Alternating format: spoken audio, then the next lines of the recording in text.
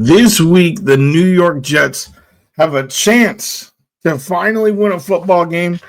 I guess every week they kind of have a chance to win a football game, but this game specifically, Monday Night Football against the Dolphins, two teams who have played a collective 6 games and have won zero of them. So one of them is trying to get their first win this season.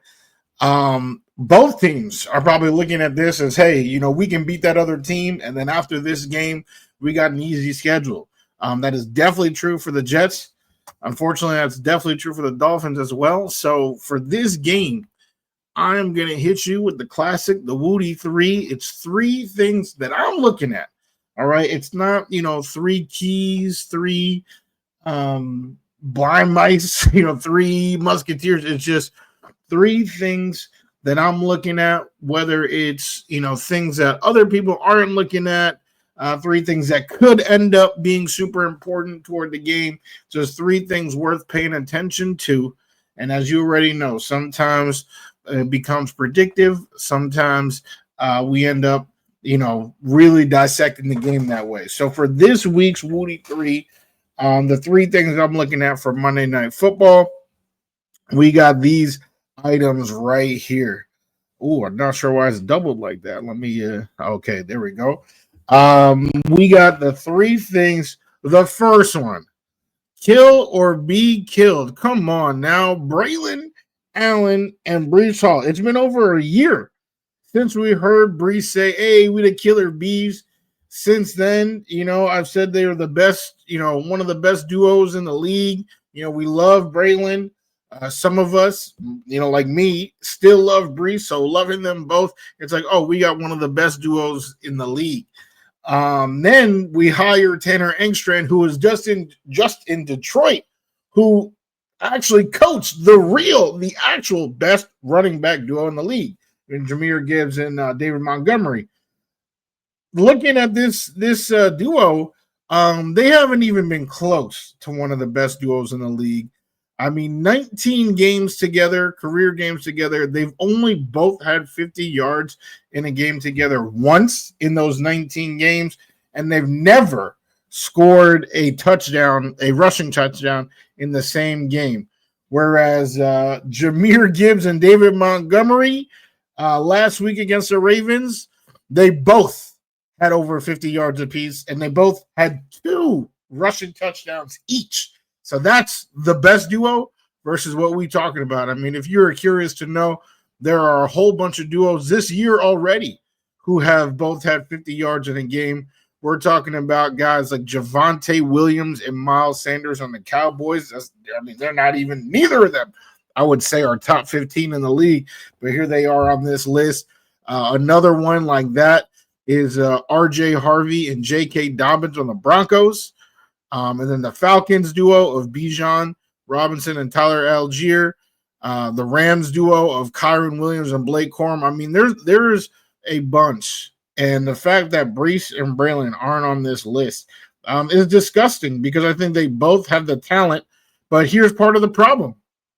Braylon Allen has only had 6 carries at max in a game this season so far.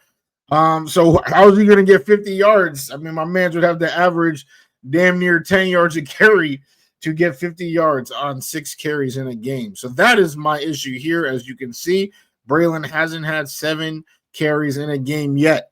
If you're curious to know, last year as a Jet, he had 6 games where he crossed that number, 7 or more carries, and the Jets scored 20 points in 4 out of the 6. So it's a good thing to feed Braylon, not at the expense of Breece, but feed them both. I just named you duos that have plenty of success feeding both their running backs. So can they do that against a team that is currently in the bottom 5 in the NFL in terms of rushing yards allowed? So the Dolphins, they are very, very, very leaky with the run defense, and we have running backs that can exploit. Not to mention the QBs, right? Justin Fields, Tyrod Taylor, they both have spent a great deal of time scrambling. That is why the Jets are currently 9th in the league in rushing yards per game. It is the QB play, not the running back play, even though, of course, Breece had a fantastic game in week 1. I want to see this duo. They call themselves the Killer Bees. 19 games together, 0 games of killing. Hopefully, this can be the game that they buzz, Killer Bees, all that type of stuff, all over the field tomorrow night. The next one, out of line. Whoo! I mean, this is a tough one. The linebacker situation, the linebacker room has been decimated. My guy, my favorite linebacker, Mr. Quincy Williams, he's on IR, right? So that's a huge loss, especially since he was playing better than Jamie Sherwood, right? We thought Sherwood was our guy, gave him a lot of money. Now I don't even know. I can't even comment on his play so far. But Quincy, he was having a great game against Tampa Bay. Now he's on IR. His replacement, Marcelino McCrary Ball, then gets hurt. He's on IR.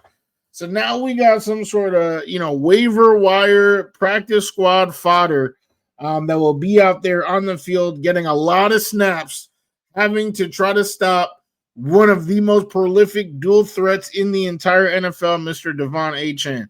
And that's terrible. I mean, he is one of only 3 players in the entire NFL with both 140 rushing yards and receiving yards. This dude is a weapon. And unlike Braylon Allen, he is guaranteed to get plenty of touches. We're talking, 14, 15 touches a game at least because of his work or his usage in both realms of the offense. So the linebackers, I want to see something because Steve Wilks protect, schematically. I've seen a team that they called themselves the Jets. They had a coach, forget his name, but they were without their 2 best corners, Sauce Gardner and DJ Reed, facing a very talented Eagles team. And everyone said, the Eagles are about to carve them up. And guess what? They forced 4 turnovers from the Eagles and won that game. It's the first time in Jets franchise history that they beat the Eagles. And that coach was a fantastic defensive mind. And we're still seeing it with his work in the league today. Steve Wilks, show me something. This is your chance to show me something, because now when we talk about personnel this, personnel that, now we are in a very similar situation. Practice squad guys, what can you do as the DC to help, gloss over the injury and try to stop this offense that has been stopped before? They still haven't even scored 30 points yet, and that's actually directly segueing into the last part. 0 dark 30 points. That's the magic number right now, because each of these teams is averaging or is allowing over 30 points per game. That is absolutely disgusting. That's obviously 2 of the worst in the entire NFL. I believe Miami is number 1, dead last, and then the Jets not too far away, 4th. So yeah, absolutely horrific. The Jets have scored 30 before, right? We saw that electric first game. The Dolphins haven't. So what that tells me right away is that if the Dolphins score 30 against us, damn, man. I mean, Aaron Glenn, I was on the danger zone with my guys, Dano and Murph, the other day, and, I was catching some slack for, putting all the blame on Steve Wilks. But the blame has to go on somebody. And, we have players that have been all pros before, Quincy, Sauce. So I'm not going to blame the players yet. It's going to take me a little bit to get on that bandwagon if we get there. AG, he has his fingerprints on every phase of the game, so maybe he deserves some blame. But right now, Steve Wilks is going to take the brunt of it. If they allow 30 points to the Dolphins, a team that has not scored 30 yet, then that's a problem. I'm also hoping that the Jets can score 30 points. Based on Fields' last game played, that looked nearly impossible, but they've already done it week 1. Okay, they even came pretty close right now with Tyrod Taylor. They scored 27 against the Bucs. So let's see what you can, if you can score 30 and then prevent them from scoring 30. There you go. That's how you win the game, right? You got to outscore the other team. So I'm looking to see what happens there? Can this defense stop anything? Because for so far this season, they have not been able to stop anyone. But now they're facing a team that has been able to be stopped. Can they stop them? That is the ultimate test for Steve Wilks' group. And then on the other side of the ball, the Miami defense just doesn't have the personnel, doesn't have the coaching. They got a first-time DC who might be in over his head, based on what his own fan base is saying. So that's what I'm trying to figure out is, can this offense, going against a defense that simply does not have the tools to be a great defense in the league this season, no matter what they do this season, they are just simply not going to be a great defense. This is the perfect get-back defense for Justin Fields and the New York Jets. And it doesn't even have to be all on Fields. Run the football. Come on now. Let me see the killer bees. Let me see. And don't talk about, with teams whose identity is the run, they can still run the football even when they're losing the game, right? Because that is how, you're playing tough football, let the offensive line smash holes, and then you control the pace by getting down the field. All right. So let me see the run game. Let me see a combined 20 carries for our killer bees. All right. If we do that and we're running the ball successfully, now we're back to week one Fields. Of all he has to do is just make the simple read whenever he has to throw. All right. And you saw the success. Once they had him throwing multiple times in a row, trying to get back, he was looking like Sally Fields. So what we need to do is run that football. I'm hoping to see them run that football in 0 dark 30. If the Jets can score 30, which they've already done, and hold them below 30, which the Dolphins haven't done yet, come on now. That should be a victory. So those three things, all right, I want to see those killer bees. I want to see Steve Wilks make some adjustments with the linebackers, and that magical number of 30.